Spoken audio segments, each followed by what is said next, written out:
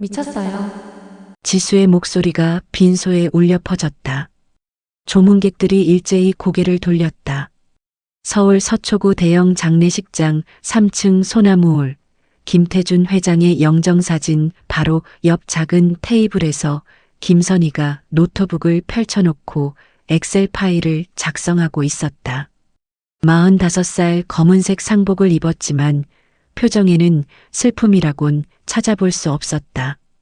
손가락이 빠르게 키보드를 두드렸고 화면에는 부의금 내역서가 떠 있었다. 이름, 관계, 금액이 빼곡히 적혀 있었다. 옆에 놓인 계산기를 집어들었다. 딱딱딱 소리가 조용한 빈소를 찔렀다. 조문객들의 시선이 하나둘 그녀에게 쏠렸다. 수군거림이 시작됐다.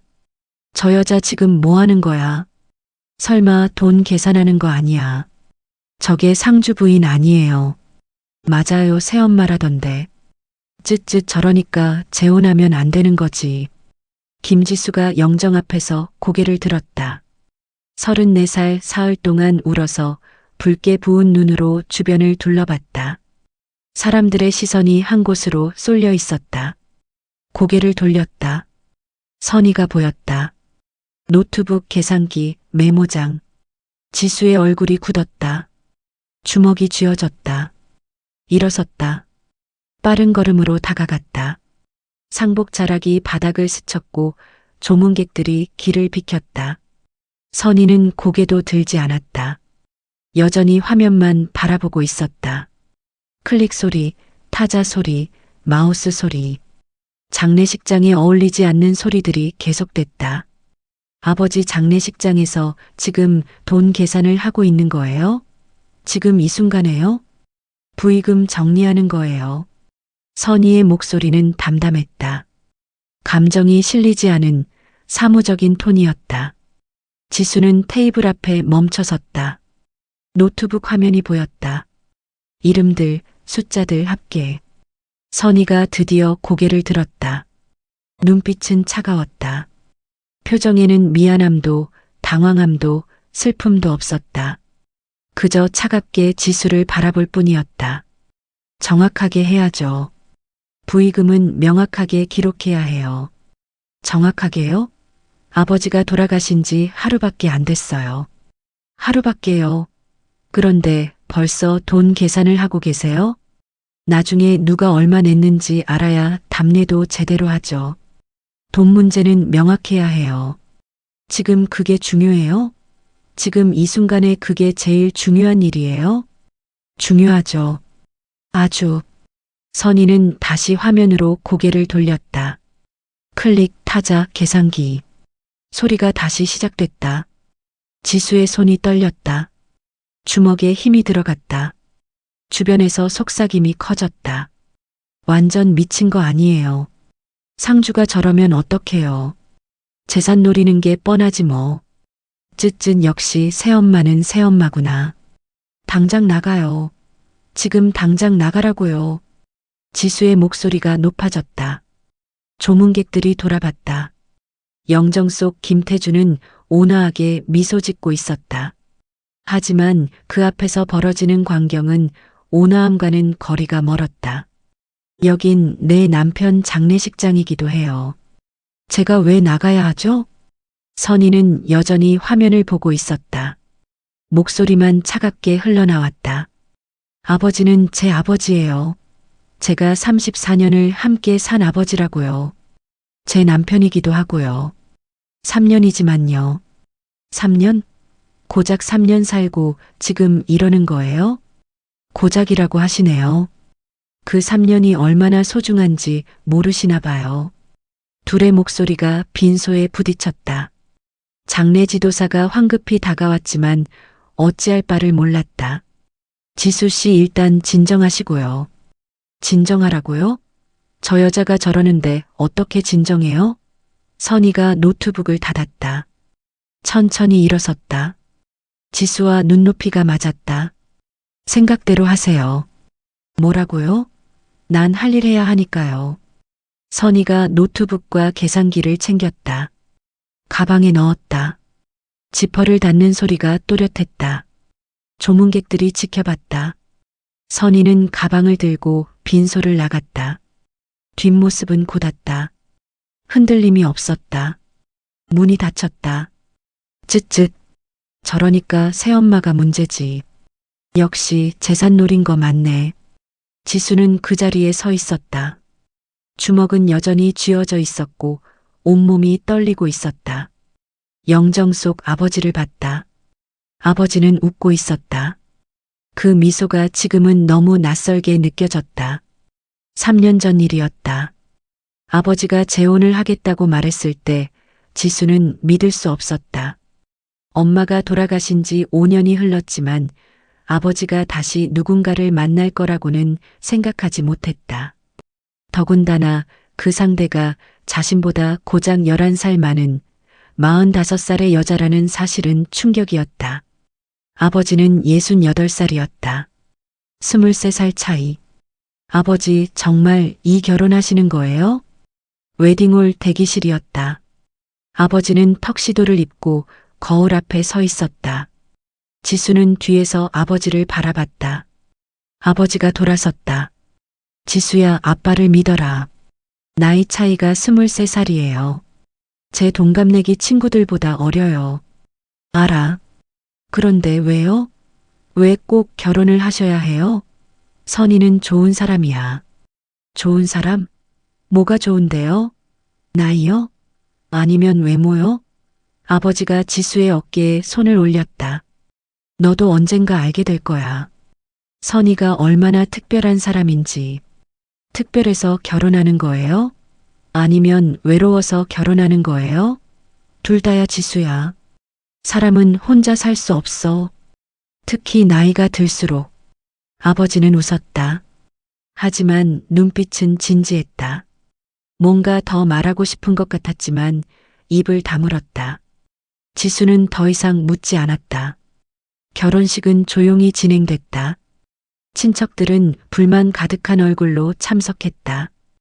회장님이 돈에 속은 거 아니야. 저 나이에 왜 재혼을. 재산 노리는 거 뻔하지.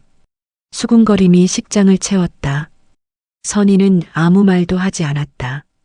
웨딩드레스를 입고 조용히 서 있을 뿐이었다. 표정에는 기쁨도 미안함도 없었다. 그저 차분했다. 내 선택이야. 아버지가 친척들 앞에서 말했다. 선희는 특별한 사람이야. 내가 필요로 하는 사람이고 무엇을 필요로 하느냐는 질문에 아버지는 대답하지 않았다. 그리고 3년이 흘렀다. 그 3년 동안 선희는 집에 있었다. 아버지와 함께 있었다. 지수와는 거리를 뒀다. 가족 모임에도 잘 나오지 않았다. 그저 조용히 아버지 곁에만 있었다. 지수는 선희를 이해하려고 노력하지 않았다. 선희도 지수에게 다가오지 않았다. 두 사람 사이에는 보이지 않는 벽이 있었다. 그리고 3년 후 아버지는 갑작스럽게 세상을 떠났다. 아빠 왜 이렇게 갑자기. 대학병원 영안실이었다. 차가운 공기가 피부를 찔렀다. 지수는 아버지의 손을 잡고 있었다. 차가웠다. 이미 체온이 사라진 손이었다.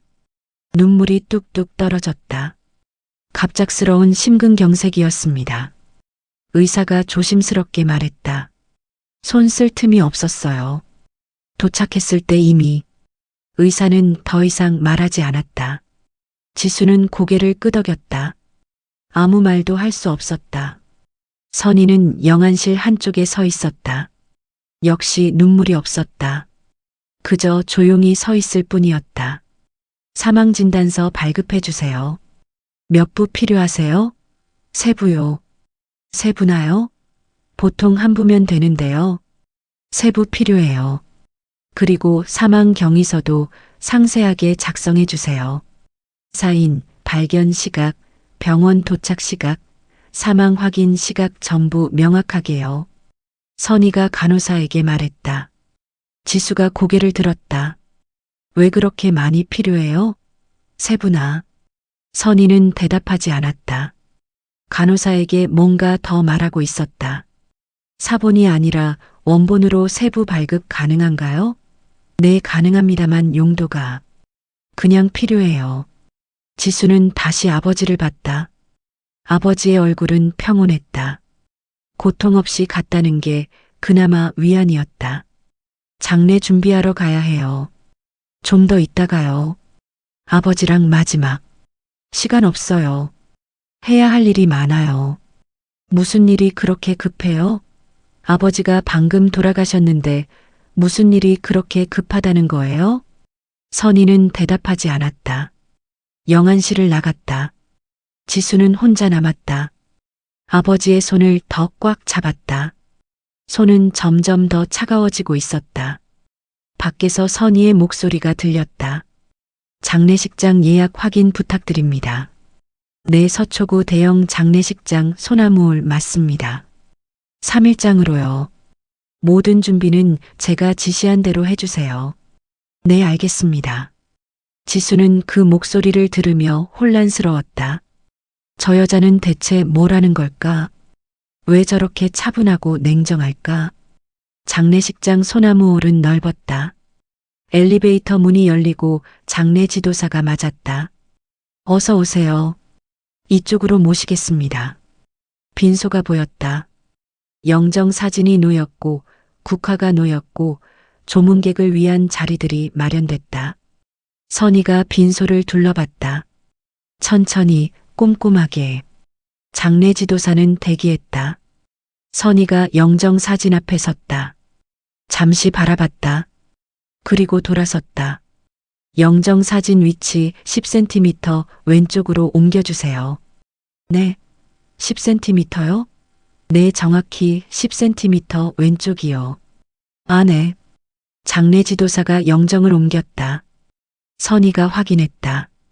고개를 끄덕였다. 국화 배치도 다시 해주세요. 왼쪽이 너무 비어 보여요. 오른쪽 국화 세 송이를 왼쪽으로 옮겨주세요. 하지만 이게 표준 배치인데요. 우리 장례식장에서 10년 넘게 해온. 다시 해주세요. 제가 원하는 대로요.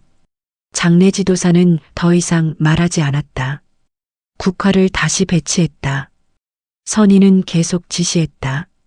방명록 놓는 위치 저쪽 구석으로 옮겨주세요. 입구 바로 옆이 조문객분들이 쓰시기 편한데요. 구석이요. 저 코너 말이에요. 조명 바로 밑으로요. 왜 그렇게까지? 조명 때문이에요. 거기가 밝아요. 필적이 잘 보이거든요. 장례 지도사가 한숨을 쉬었다. 방명록을 옮겼다. 지수는 멀리서 지켜보고 있었다. 이해할 수 없었다. 저게 지금 뭐 하는 건가? 장례 준비인가? 전시회 준비인가? CCTV는 어디 있어요? 복도에 있습니다만. 빈소 안에도 설치해 주세요. 빈소 안에요?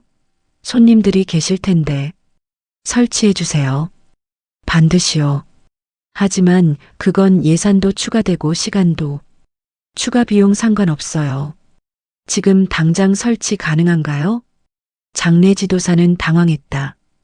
빈소 안에 CCTV를 설치하는 경우는 거의 없었다. 전화를 걸었다. 누군가와 통화했다. 고개를 끄덕였다. 설치 가능하다고 합니다. 2시간 정도 걸린다는데요. 좋아요. 지금 바로 시작해 주세요.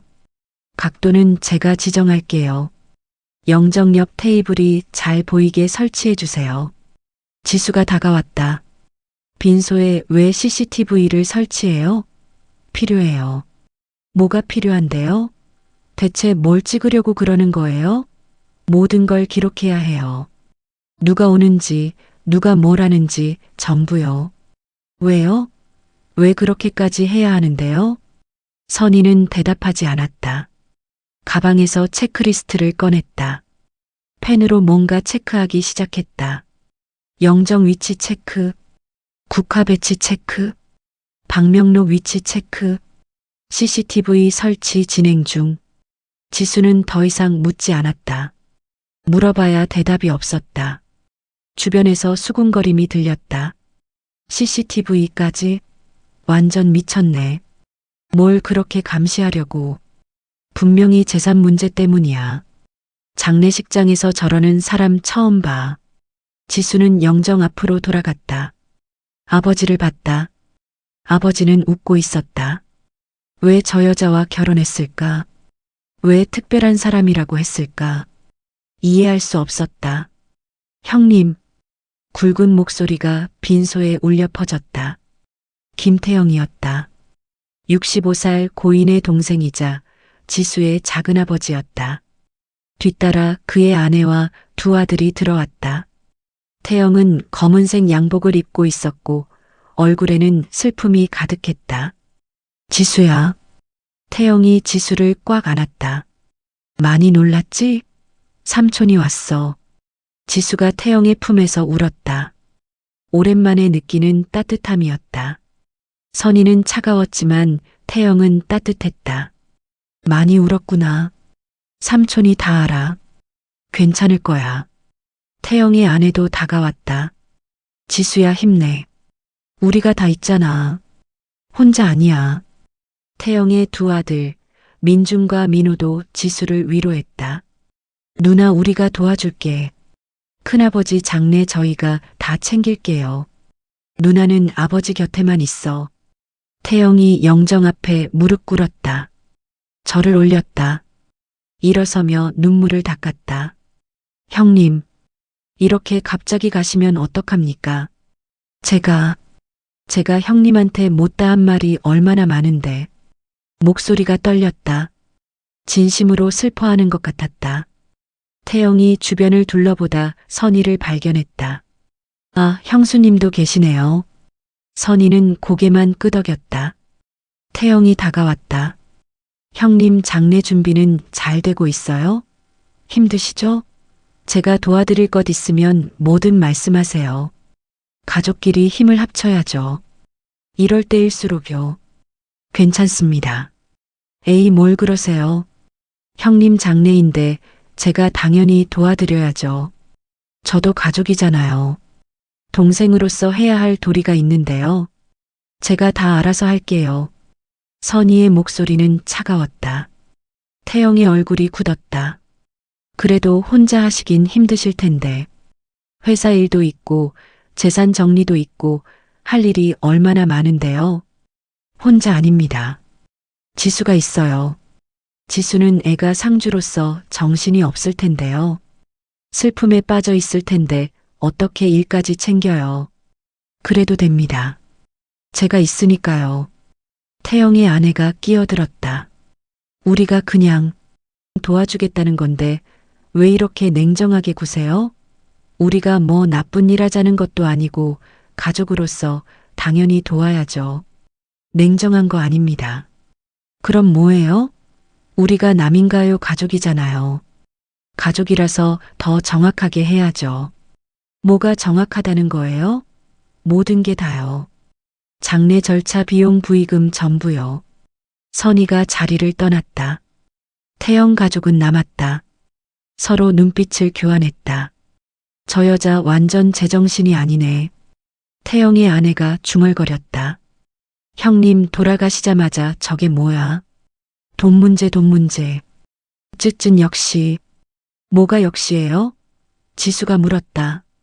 태영이 지수를 봤다. 아니야 지수야. 아무것도 아니야. 그냥 형수님이 조금 예민하신 것 같아서 이해해줘. 남편 잃은 슬픔이 크실 거야. 하지만 태영의 눈빛은 다른 걸 말하고 있었다. 의심, 경계, 그리고 무언가를 노리는 듯한 빛. 밤 11시 조문객들이 모두 돌아갔다. 빈소는 고요했다. 지수는 영정 앞에 앉아 아버지를 바라보고 있었다. 아빠, 왜 이렇게 빨리 가셨어요? 너무 갑자기 가셔서 제가 뭐라고 말씀드려야 할지도 모르겠어요. 눈물이 또 흘렀다. 그만 울어야 하는데 멈출 수가 없었다. 선희가 들어왔다. 손에 커피 2잔을 들고 있었다. 하나 마셔요. 필요 없어요. 밤새 여기 있을 거잖아요. 추울 텐데 따뜻한 거라도 마셔야 버틸 수 있어요. 됐다니까요. 지수가 버럭 소리쳤다. 선희는 커피를 테이블에 놓았다. 좋아요. 안 마셔도 돼요. 하지만 여기 놔둘게요. 나중에 필요하면 드세요. 선희가 돌아서려는데 지수가 말했다. 당신 정말 이상해요. 진짜 이상하다고요. 뭐가요? 아버지 돌아가시자마자 부의금 엑셀로 정리하고 CCTV 설치하고 사망진단서 세부씩 받고 친척들한테는 냉정하게 굴고 도대체 뭐 하려는 거예요? 대체 뭘 꾸미고 있는 거예요? 필요한 일 하는 거예요. 그게 다예요. 필요한 일? 아버지 장례식장에서 돈 계산하는 게 필요한 일이에요? 사람들이 다 뭐라고 하는지 들어요? 당신 때문에 아버지 장례식이 망가지고 있어요. 망가지는 게 아니에요. 지켜지고 있는 거예요. 선희가 지수를 똑바로 쳐다봤다. 너무 슬퍼서 정신 못 차리면 나중에 후회할 일이 생겨요. 돌이킬 수 없는 일이요. 무슨 소리예요? 지금은 몰라도 나중에 알게 될 거예요. 말을 제대로 해요. 대체 무슨 의미인지 제대로 말해달라고요. 그냥 조심해야 한다는 거예요. 지수 씨도요. 누구를요? 뭘 조심하라는 거예요? 다들요. 선희의 목소리가 낮아졌다. 여기 오는 사람들 전부요. 친척이든 친구든 동료든 누구든요. 설마 사람들을 의심하라고요? 제 가족을 의심하라고요? 의심이 아니라 확인이에요. 확인하고 기록하고 지키는 거예요. 또 그 소리네요. 확인. 아버지 장례인데 뭘 확인해요? 대체 뭘 그렇게 확인하고 기록한다는 거예요? 내가 아직 몰라서 그래요. 어른들 세계를 아직 몰라서. 선희가 한숨을 쉬었다. 사람들이 장례식장에서 얼마나 많은 짓을 하는지, 가족이라는 이름으로 얼마나 많은 걸 빼앗아 가는지. 무슨 짓이요? 무슨 짓을 한다는 거예요? 나중에 알게 될 거예요. 아니, 알게 하지 않으려고 제가 지금 이러는 거예요. 분명하게 말씀해 주세요. 제발요. 지수의 목소리가 떨렸다. 선희는 잠시 망설이다가 입을 열었다. 당신 아버지가 나한테 부탁했어요. 죽기 한 달 전에요. 뭐요? 만약 자기가 갑자기 죽으면 내가 모든 걸 챙기라고. 장례도 재산도 회사도 전부 내가 냉정하게 처리하라고. 그렇게 부탁하셨어요. 거짓말. 지수가 소리쳤다. 아버지가 그럴 리 없어요.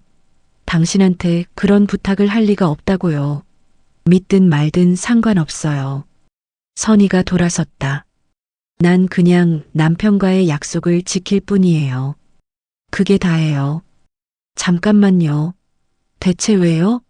왜 아버지가 당신한테 그런 부탁을 했어요? 선희가 문 앞에서 멈췄다. 돌아보지 않았다.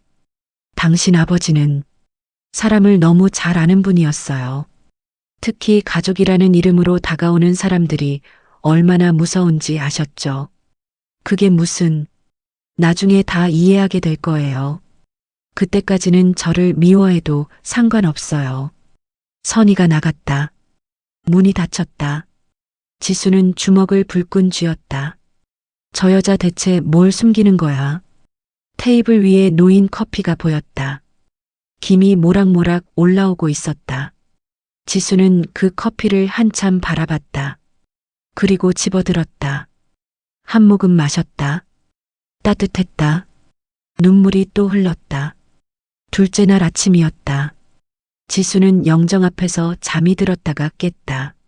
목이 뻐근했고 눈이 따가웠다. 선희가 준 커피는 식어 있었다. 빈 컵만 남아 있었다. 결국 다 마셨다. 태영이 다가왔다. 손에 따뜻한 죽 한 그릇을 들고 있었다.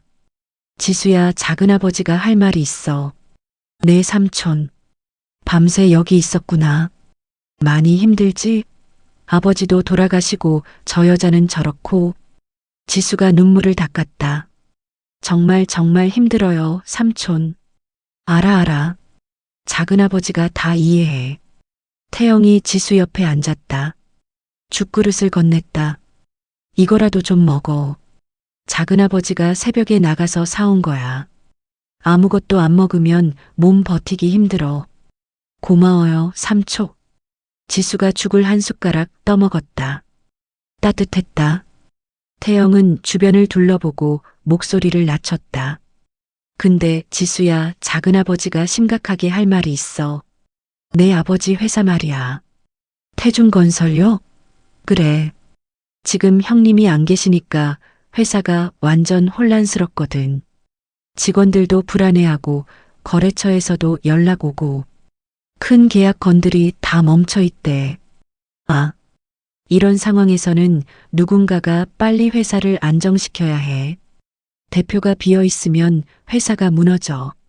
그럼 직원들도 다 일자리 잃고. 그런데 전무님들이 계시잖아요. 직원들이야 최선을 다하겠지. 하지만 대표가 없으면 큰 결정을 못 내려. 특히 은행 거래라든가 큰 계약이라든가 그런 거. 아, 그래서 말인데 작은아버지가 임시로라도 회사 좀 맡을까? 삼촌이요? 나도 건설업 경험 있잖아. 예전에 내 아버지 밑에서 10년 넘게 일했고 업계도 잘 알고. 그건 알지만 임시로만이야. 장례 끝나고 상황이 정리될 때까지만. 내가 회사 물려받을 때까지 작은아버지가 지켜줄게. 지수는 망설였다. 회사 일은 복잡했다. 자신이 할 수 있는 일이 아니었다. 그런데 삼촌도 회사 일은 오래전에. 뭐? 아니, 삼촌이 예전에 아버지 회사 그만두신 거 알고 있어요. 아, 그건 작은 의견 차이 때문이었어. 형님이랑 경영 방침이 안 맞아서. 하지만 회사는 여전히 잘 알아. 형님이 어떻게 운영하셨는지도 다 알고. 그리고 말이야. 태영이 더 목소리를 낮췄다. 내 새엄마 저 여자 정말 조심해야 해. 지수가 태영을 봤다. 태영의 눈빛은 진지했다. 봤잖아, 어제 오늘 행동. 장례식장에서 돈 계산하고 CCTV 설치하고 우리한테 냉정하게 굴고. 저게 정상이야? 그건 분명히 뭔가 꾸미고 있어. 내 아버지 재산회사 전부 혼자 차지하려는 거라고. 설마요. 설마가 아니야, 지수야. 작은아버지가 사회 경험 많아서 아는데 저런 여자들 많아. 정말 많아. 어린 나이에 재산 많은 노인한테 시집가서 돈 챙기는 여자들. 뉴스에도 나오잖아. 그런 사건들. 하지만 아버지가 선의를 선택하신 건 내 아버지가 속은 거야. 나이 드신 분들 외로우면 그런 여자들한테 쉽게 넘어가. 작은아버지는 형님이 걱정돼서 반대했어. 그 결혼. 근데 형님이 안 들으셨어. 지수는 아무 말도 할 수 없었다. 사실 그녀도 선의를 의심하고 있었다. 지수야, 작은아버지 말 들어. 내 아버지 회사랑 재산 내가 지켜줄게. 저 여자한테 넘어가지 않게 유언장 있어? 모르겠어요. 아버지가 유언장을 남기셨는지. 그럼 빨리 찾아봐야 해. 저 여자가 숨기기 전에. 만약에 없으면 법적으로 배우자랑 자녀가 나눠 갖게 돼 있어. 반반씩. 그럼 저 여자가 절반 가져가는 거야. 내 아버지가 평생 모은 재산 절반을. 태영이 일어섰다. 작은아버지를 믿어, 알았지? 내가 내 편이야, 항상. 태영이 떠났다. 지수는 죽그릇을 내려다봤다. 식어가고 있었다. 더 이상 먹을 수 없었다.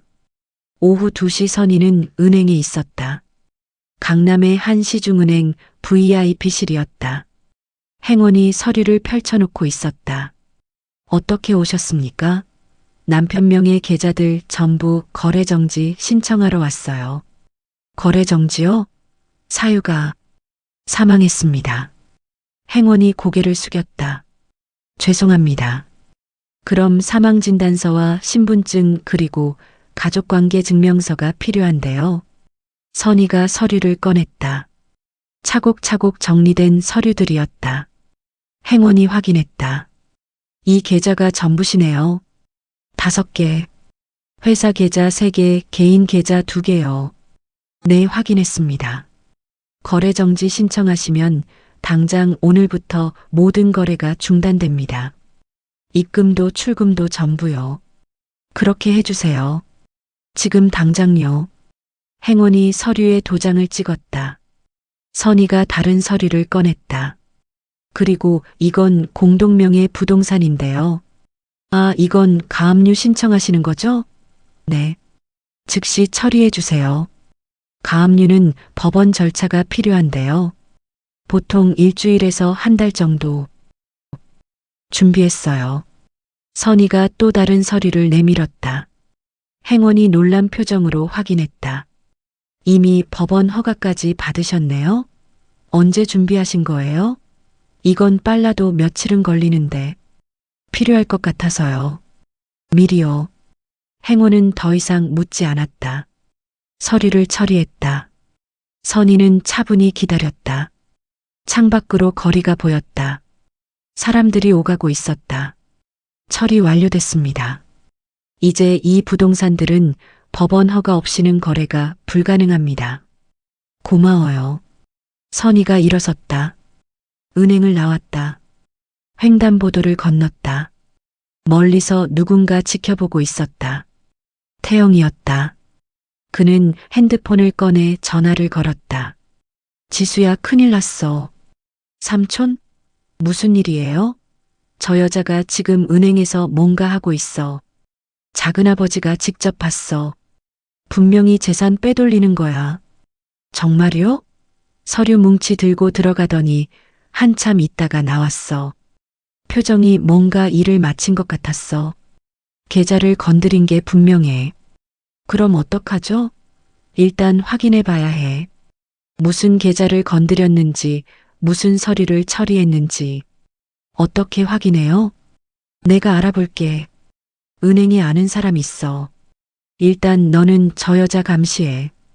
또 어디 가는지, 뭐 하는지 전부 체크하고. 네. 그리고 지수야.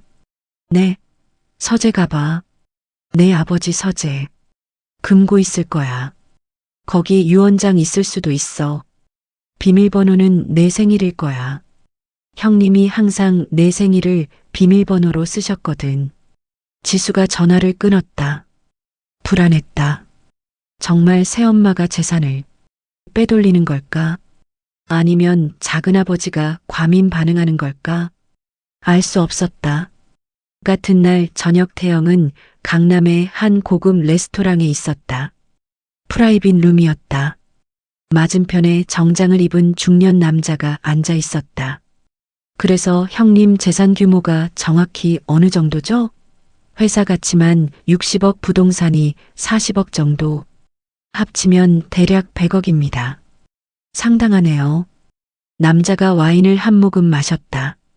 태영도 잔을 들었다. 문제는 그 세 부인이에요. 형수님 말씀이시죠? 네. 갑자기 모든 걸 자기 명의로 넘기려고 하더라고요. 오늘도 은행 가서 뭔가 했어요. 계좌 건드리고 부동산 건드리고. 그래서 제가 필요한 거죠. 변호사님. 맞습니다. 법적으로 막아주셔야 해요. 유언장은 있나요? 남자가 펜을 꺼냈다. 메모지에 뭔가 적기 시작했다. 그게 아직 못 찾았어요. 조카가 지금 찾고 있는데 유언장이 있으면 힘들어지는데요. 법적 효력이 있으니까 없을 겁니다. 확신하시나요? 네. 형님이 그렇게 준비성 있는 분이 아니었거든요. 갑자기 돌아가셔서 준비할 시간도 없었을 거고. 거짓말이었다. 김태주는 철저한 사람이었다. 모든 걸 계획하고 준비하는 사람이었다. 하지만 태영은 그 사실을 숨겼다. 그럼 법정 상속이 되는데 배우자와 자녀가 상속인이죠. 각각 절반씩. 그래도 제가 동생이니까 이의를 제기할 수 있잖아요. 형님 재산 형성 과정에 제가 기여한 부분도 있고요. 쉽진 않습니다만. 변호사님, 제가 수임료 넉넉하게 드릴게요. 태영이 봉투를 건넸다. 변호사가 열어봤다. 현금이 가득했다. 일단 계약금 1,000만 원이고요. 일이 성사되면 재산에서 10% 드리죠. 10%면 10억? 그렇죠. 변호사의 눈빛이 반짝였다. 알겠습니다. 제가 방법을 찾아보죠. 형제간 재산 분쟁 사례들 있거든요. 판례 찾아보고 전략 세워볼게요. 두 사람은 악수를 나눴다. 창밖에서 지수가 지켜보고 있었다. 멀리서 유리창 너머로.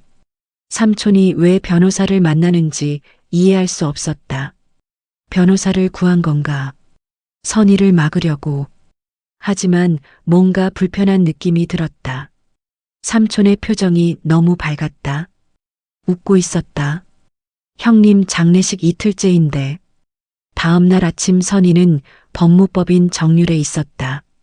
박영수 변호사가 서류를 펼쳐놓고 있었다.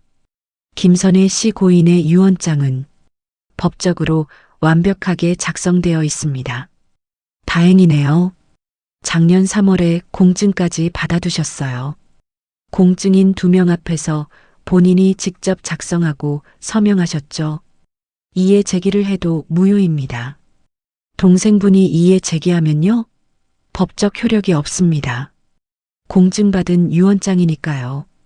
더군다나 유언장의 상속 제외, 사유까지 명시되어 있으니까. 선의가 안도의 한숨을 쉬었다. 박영수가 다른 서류를 꺼냈다. 그리고 이건 뭔가요? 회장님이 남긴 녹음 파일입니다. 녹음? 네.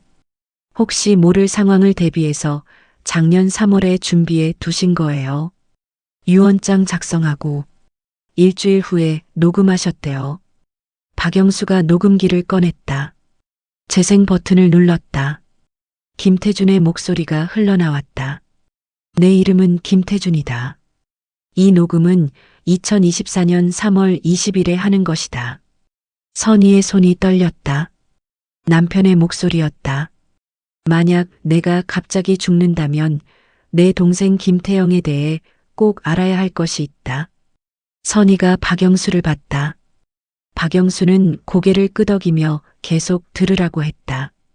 그는 지난 10년간 내 회사 돈을 빼돌렸다. 금액은 정확히 30억 원이다. 증거는 내 집 서재 금고에 있다. 비밀번호는 내 딸 지수 생일이다. 092718이다. 나는 가족이기에 고소하지 않았다. 하지만 내 재산을 물려줄 수는 없다.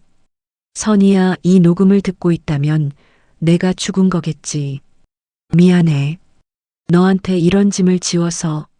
하지만 내가 아니면 지수를 지킬 사람이 없어. 부탁이야. 녹음이 끝났다. 선이는 말을 잃었다. 눈물이 흘렀다.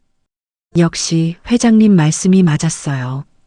이 증거면 충분히 횡령 혐의로 고소할 수 있습니다. 형사고소도 가능하고요. 하지만 지수가, 선이가 망설였다. 그 애가 작은아버지를 얼마나 좋아하는데. 어려서부터 따르던 삼촌이에요. 이런 걸 알면 충격이 너무 클 거예요. 하지만 진실은 밝혀져야죠. 알아요, 알지만. 선이가 고개를 숙였다. 제가 이렇게 냉정하게 구는 이유가 바로 이것 때문이에요. 지수가 감정에 휘둘려서 잘못된 선택을 하지 않게, 작은아버지 말에 넘어가지 않게. 현명한 판단입니다. 박영수가 서류를 정리했다. 일단 유언장은 안전하게 보관해 두겠습니다. 발인 전날 공개하시는 게 좋을 것 같아요. 그때까지는 비밀로. 네, 그렇게 할게요. 필요하시면 언제든 연락 주세요. 제가 발인 때 참석해서 유언장 낭독해 드릴게요. 감사합니다, 변호사님. 선이가 법무법인을 나왔다. 밤하늘을 올려다봤다. 별이 보였다. 여보, 제가 잘하고 있는 거겠죠? 지수를 지키고 있는 거 맞죠? 대답은 없었다. 하지만 별은 반짝이고 있었다. 둘째 날 밤 빈소에는 태영과 그의 가족들이 모여 있었다. 지수도 있었다. 선희는 보이지 않았다. 저 여자 정말 이상해. 태영의 아내가 수군거렸다. 장례식장에서 저렇게 사무실에만 박혀 있는 게 정상이야? 밤낮으로 뭔가 하더라. 그러게요. 다른 친척도 동조했다. 분명히 뭔가 꾸미고 있어요. 지수야. 태영이 조카를 불렀다. 작은아버지가 알아봤는데 말이야. 네. 내 아버지 회사 통장 지금 전부 잠겨 있대. 잠겨 있다고요? 그래. 은행에 아는 사람한테 확인했는데 누군가 거래 정지를 시켰대. 오늘 오후에. 누가요? 누구겠어? 저 여자지. 태영이 사무실 쪽을 가리켰다. 아버지 돌아가신 직후에 바로 거래 정지를 시켰대. 회사 계좌 3개, 개인 계좌 2개 전부. 회사 돈을 아무도 못 건드리게. 왜요? 왜 그런 걸? 그야 혼자 빼돌리려고 그러는 거지. 설마. 설마가 아니야. 태영의 목소리가 커졌다. 그리고 말이야, 내 아버지 부동산도 마찬가지래. 등기부등본 떼어봤더니 이미 가압류가 들어갔대. 가압류요? 그래. 채권자가 있다면서 임시로 거래를 막아놨대. 법원 허가 없이는 팔 수도 없고 담보도 못 잡아. 근데 이게 이상한 게 태영이 주위를 둘러보고 목소리를 낮췄다. 채권자가 누군지 알아봤더니 실체가 없어. 유령 회사야. 서류상으로만 존재하는. 그게 무슨 페이퍼 컴퍼니라고. 저 여자가 만든 게 분명해. 미리 준비한 거야. 내 아버지 재산을 전부 자기 명의로 넘기려고. 아. 지수의 얼굴이 창백해졌다. 저 여자가 미리 준비한 거야, 지수야. 내 아버지가 돌아가시기 전부터. 어쩌면 아버지를. 뭐? 아니, 그건 아니겠지. 하지만 타이밍이 너무 절묘해. 모든 게 준비되어 있었다는 게. 태영의 아내도 거들었다. 보통 저런 여자들이 다 그래. 늙은 남편한테 시집가서 재산 노리는 거지. 젊은 여자가 그 나이 차이 감수하고 결혼하는 이유가 뭐겠어요. 맞아요. 그러니까 23살이나 나이 차이 나는데도 결혼한 거잖아요. 처음부터 돈이 목적이었던 거예요. 그러게요. 결혼하자마자 재산 조사했을 거예요. 회사 규모, 부동산 전부. 그리고 미리미리 준비한 거죠. 친척들의 목소리가 하나로 모였다. 지수는 혼란스러웠다. 정말 그런 걸까? 선희가 정말 재산을 노린 걸까? 아버지를 속인 걸까? 아니면 서재 가봤어? 태영이 물었다. 금고는? 아직? 빨리 가봐. 지금 당장. 유언장 있는지 확인해야 해. 저 여자가 먼저 찾으면 숨길 수도 있어. 위조할 수도 있고. 지수가 일어섰다. 지금 가볼게요. 조심해. 저 여자한테 들키지 말고. 지수가 빈소를 나갔다. 태영이 아들들을 봤다. 민주나 민호야. 내 아버지. 내일 접수처 좀 도와드려. 부의금 받고 명단 작성하고 그런 거. 알겠어요. 근데 왜요? 그냥 뭐가 어떻게 돌아가는지 알아야지. 누가 얼마 내는지. 혹시 모르잖아. 태영이 의미심장하게 웃었다. 밤 2시 지수는 집 서재에 있었다. 아버지의 서재. 책장 뒤에 금고가 있었다. 지수는 비밀번호 키패드 앞에 섰다. 손이 떨렸다. 자신의 생일. 092718. 눌렀다. B. 틀렸다. 다시 눌렀다. 271809. 삐삐. 또 틀렸다. 심장이 뛰었다. 한 번 더 틀리면 잠긴다. 잠깐만. 생각을 정리했다. 아버지가 쓰시던 형식.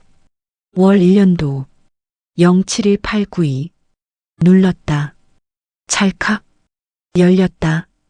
금고 안에는 서류들이 가득했다. 지수가 서류를 꺼냈다. 회사 계약서들, 부동산 등기부 통장 사본들, 그리고 봉투 하나. 사랑하는 지수에게 아버지의 필체였다. 손이 떨렸다. 봉투를 열었다. 편지가 들어 있었다. 지수야, 이 편지를 읽고 있다면 아빠는 이미 세상을 떠났겠구나. 갑자기 이런 편지를 남겨서 미안해. 하지만 꼭 해야 할 말이 있어서 이렇게 글로 남긴다. 지수야, 선의를 믿어라. 내가 그 애를 좋아하지 않는 거 안다. 아빠보다 어리고 너의 엄마 자리에 있다는 게 받아들이기 힘들겠지. 하지만 선의는 정말 좋은 사람이야. 무엇보다 그 애는 똑똑하고 냉정해. 아빠가 없을 때 너를 지켜줄 수 있는 사람이야. 지수야, 사람들을 조심해라. 특히 가족이라는 이름으로 다가오는 사람들을. 아빠에게는 내가 전부였다. 회사도 재산도 전부 내가 행복하라고 모은 거야. 그런데 그걸 노리는 사람들이 있어. 아빠가 죽으면 분명히 나타날 거야. 선의는 그들을 막을 수 있어. 그래서 아빠가 모든 걸 그 애한테 부탁했다. 지수야, 선의가 뭘 하든 일단은 믿어줘. 나중에 다 이해하게 될 거야. 냉정해 보이고 이상해 보여도 그게 다 너를 지키기 위한 거야. 아빠는 항상 널 사랑한다. 아버지가. 편지가 떨렸다. 지수의 눈에서 눈물이 쏟아졌다. 아빠. 그때 불이 켜졌다. 지수가 놀라서 돌아봤다. 선의가 서 있었다. 뭐 하세요? 여기서? 선의가 금고를 봤다. 열려있는 금고를. 그리고 지수 손에 들린 편지를. 편지 읽으셨네요. 지수는 대답하지 않았다. 눈물만 흘렀다. 이제 아시겠어요? 제가 왜 그랬는지. 선의가 한 발 다가섰다. 당신 아버지가 모든 걸 예상하셨어요. 누가 나타날지 뭘 노릴지. 그래서 저한테 부탁하신 거예요. 냉정하게 굴라고. 당신이 감정에 휘둘리지 않게 제가 악역을 하라고. 작은아버지는 금고 안에 다른 서류들도 있어요. 한번 보세요. 선의가 금고를 가리켰다. 지수가 다시 서류를 꺼냈다. 은행 거래 내역서였다. 10년치 형광펜으로 표시된 부분들이 있었다. 이건 당신 작은아버지가 빼돌린 돈이에요. 10년간 30억. 아버지가 전부 기록해 두셨어요. 지수는 서류를 보며 얼어붙었다. 날짜, 금액, 계좌번호. 전부 명확했다. 거짓말일 수가 없었다. 또 다른 서류. 회사 회계장부. 누락된 금액들. 태영의 서명. 이메일 프린트물들. 증거는 완벽했다. 저는 이걸 알고 있었어요. 아버지가 돌아가시기 전에 말씀하셨거든요. 그래서 준비했던 거예요. 통장 정지도 가압류도 CCTV도 전부. 작은아버지가 또 뭔가 하려고 할 거라는 걸 알았으니까. 지수의 다리에 힘이 풀렸다. 주저앉았다. 삼촌이, 미안해요. 이렇게 알게 되어서. 선의가 무릎 꿇고 앉았다. 하지만 알아야 했어요. 작은아버지 말에 넘어가지 않으려면. 지수가 선의를 봤다. 눈물 가득한 눈으로. 제가 당신을 오해했어요. 괜찮아요. 당연한 거예요. 미안해요. 정말 미안해요. 선의가 지수를 안았다. 지수도 선의를 안았다. 두 사람은 서재 바닥에 앉아 한참을 울었다. 셋째 날 아침 발인일이었다.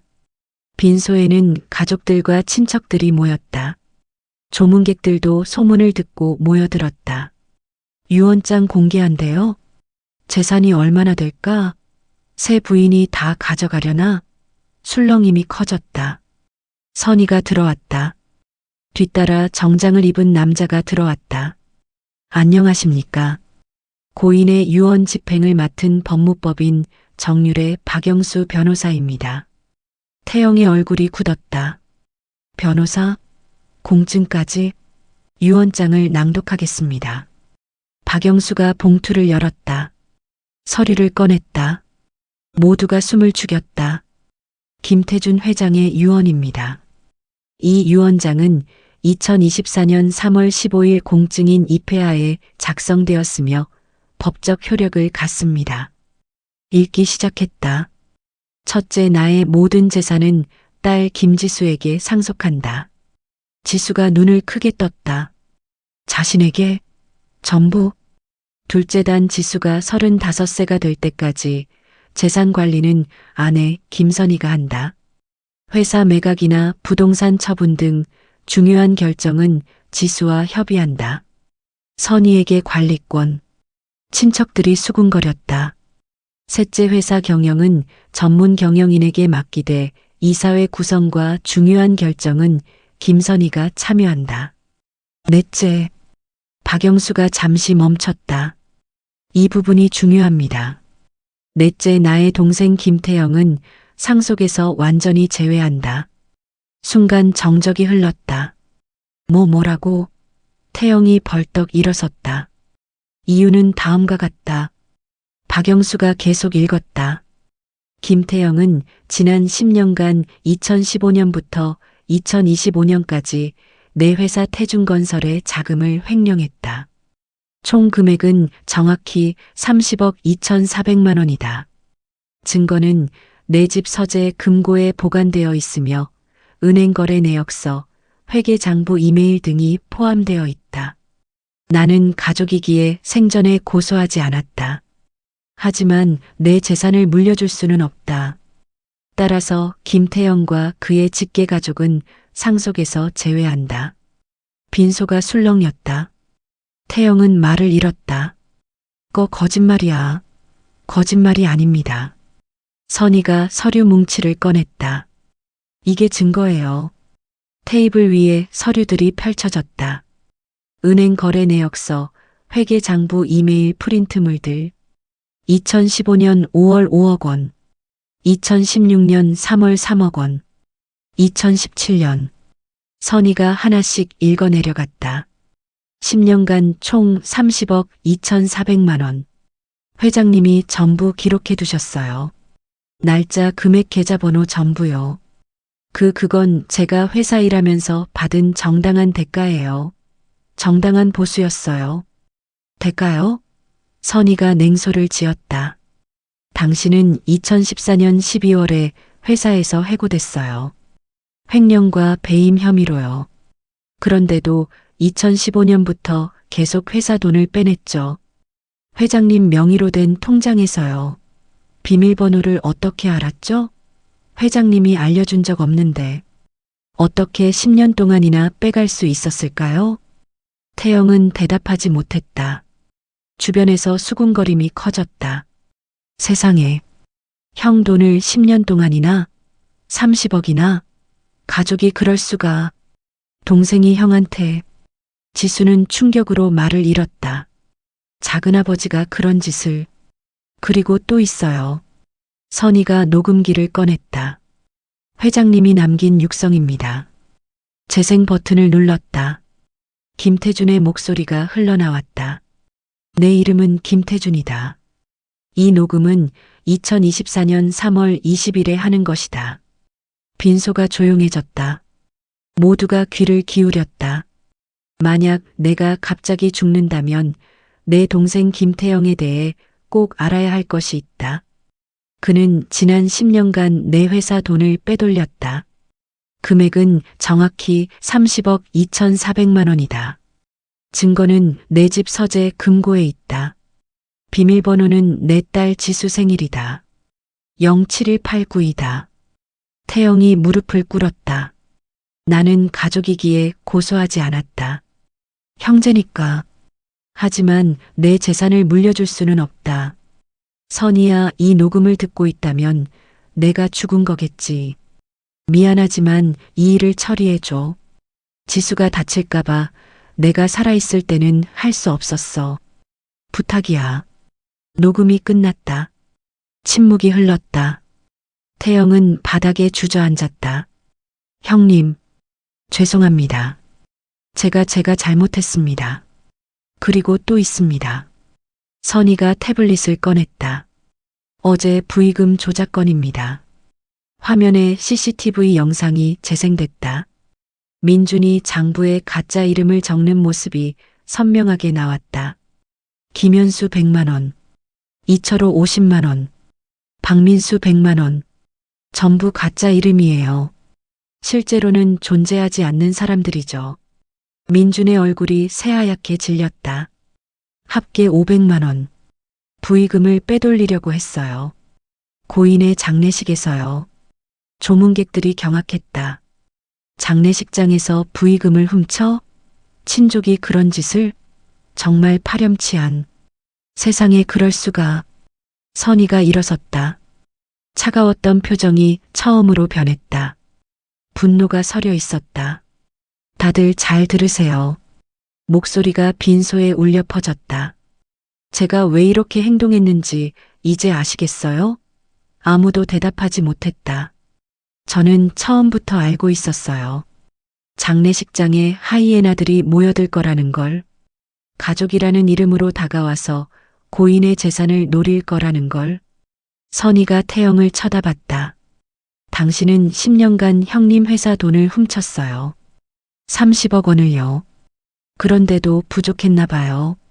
장례식까지 와서 유산을 노리고 변호사까지 고용하고. 입 다물어. 선희의 목소리에 힘이 실렸다. 당신 아들들도 마찬가지예요. 부의금까지 훔치려고 했죠. 고인의 장례식에서요. 민준과 민호가 고개를 숙였다. 선희가 다른 친척들을 둘러봤다. 다들 왜 오셨어요? 진짜 조문하러 온 거예요? 아니면 유언장 내용 확인하고 혹시나 자기들 몫이 있나 보러 온 거예요? 아무도 대답하지 못했다. 제가 왜 부의금을 일일이 확인했는지 아세요? 안 그러면 당신들이 뭘 훔쳐갈지 몰라서예요. 제가 왜 영정 위치를 바꾸고 CCTV를 설치했는지 아세요? 다 찍어서 증거로 남기려고요. 누가 뭘 하는지 전부요. 선희가 통장 내역서를 들어 올렸다.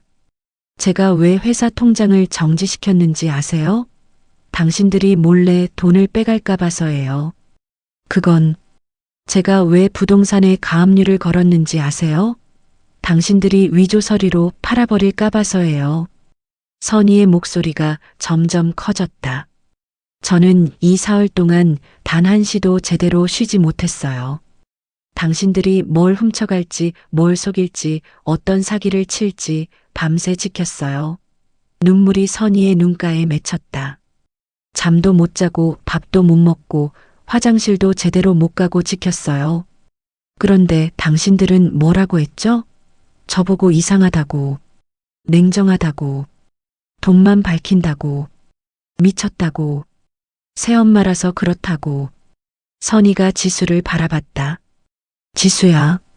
네. 미안해. 너한테도 냉정하게 굴어서. 지수의 눈에서 눈물이 흘렀다.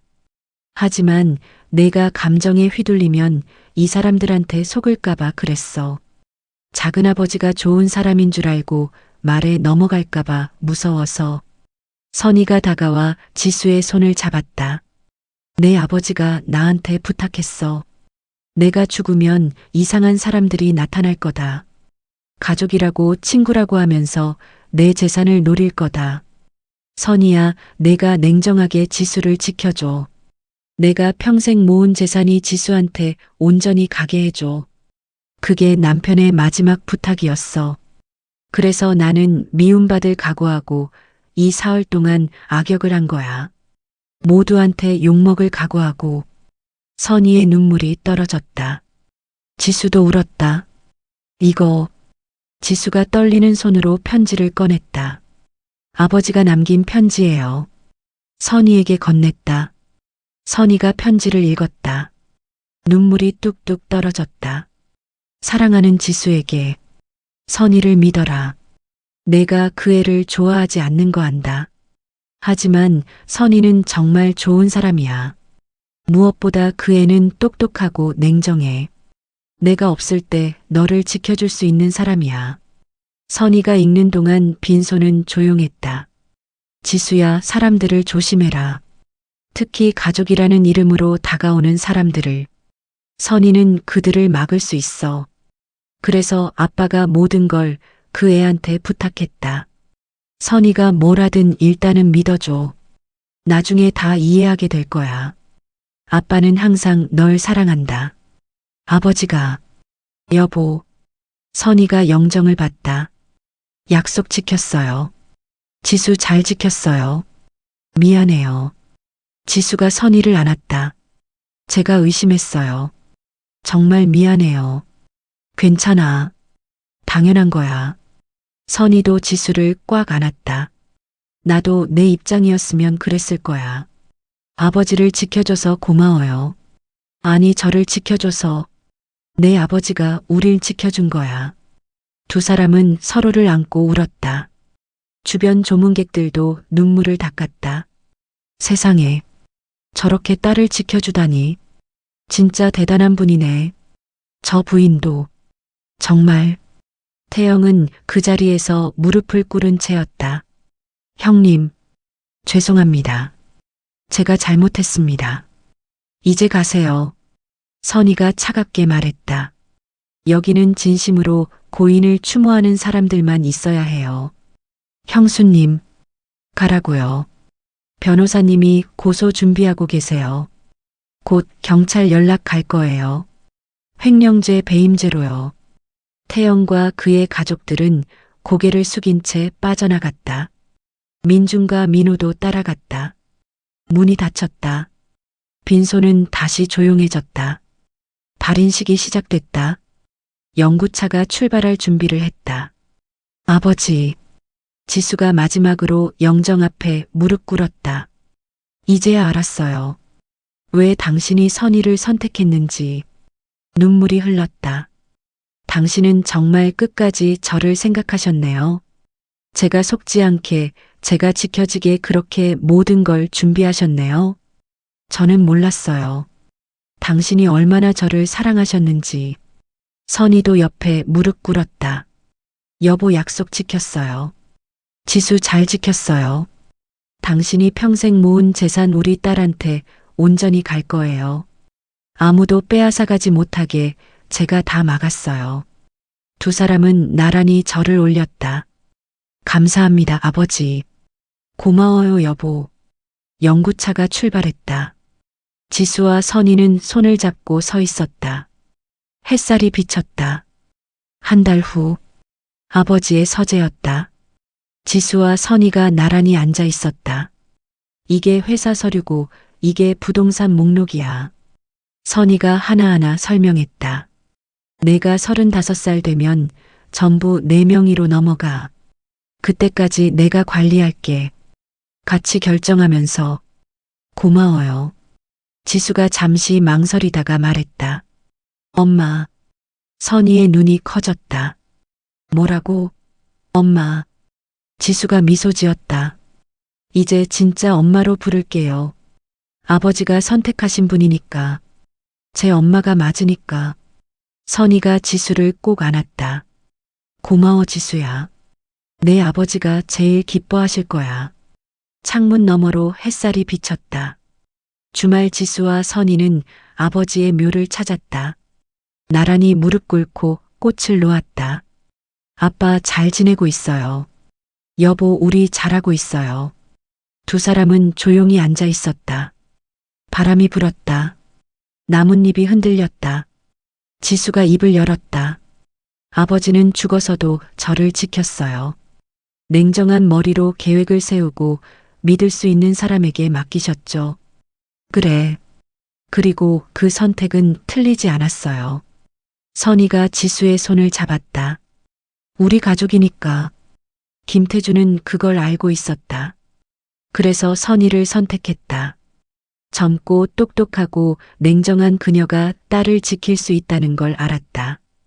그리고 그 선택은 완벽했다. 두 사람은 일어섰다. 손을 잡고 걸어갔다. 뒷모습이 햇살 속으로 사라졌다. 여기까지 김태준 회장과 그의 가족 이야기였습니다. 진짜 가족은 혈연이 아니라 진심으로 정해진다는 것. 그리고 때로는 냉정함이 최고의 사랑이라는 것을 보여준 이야기였죠. 이 이야기가 마음에 드셨다면 구독과 좋아요 부탁드립니다. 구독을 누르시면 새로운 이야기를 가장 먼저 만나보실 수 있습니다. 좋아요는 저에게 큰 힘이 됩니다. 댓글로 여러분의 생각을 들려주세요. 만약 여러분이 지수였다면 선의를 믿을 수 있었을까요? 아니면 작은아버지 편을 들었을까요? 여러분의 이야기가 궁금합니다. 다음 이야기도 기대해 주세요. 감사합니다.